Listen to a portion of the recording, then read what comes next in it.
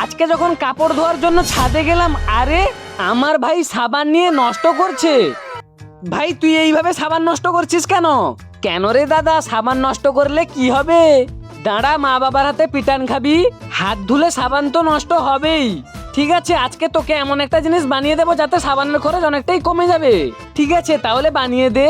Labubu, কি বানানো যায়? বন্ধু, তুমি সাবানের ট্যাবলেট বানাও, এতে সাবানটা খরচ কমে যাবে। এটা তো অসম্ভব। অসম্ভব তো এক চোখ বন্ধ করে ভিডিওটিতে লাইক আর চ্যানেলটি সাবস্ক্রাইব করা।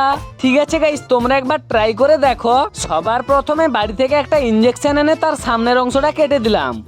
এবার একটা সাবান নিয়ে সাবানের ওপরে ইনজেকশন চাপ দিয়ে সাবানের একটু অংশ বের করে নিতে হবে। এখন ইনজেকশনে পুশ করলেই সাবানের টুকরোটা বেরিয়ে আসবে। সাবানের টুকরোটা এইভাবে ছোট ছোট করে পিস করে নিতে হবে। এবার ওষুধের খাপে টুকরোগুলোকে ঢুকিয়ে লাগিয়ে দিতে হবে। সাবানের একটা টুকরো দিয়ে কতগুলো বটি হয়ে গেল। এবার আমাদের ট্যাবলেট সাবান রেডি। এবার ট্যাবলেটের মতো একটা সাবান বটি বের করো আর মন ইচ্ছা মতো হাত ধোও। দাদা, এতে তো আমাদের সাবান খরচ অনেকটাই কমে গেল।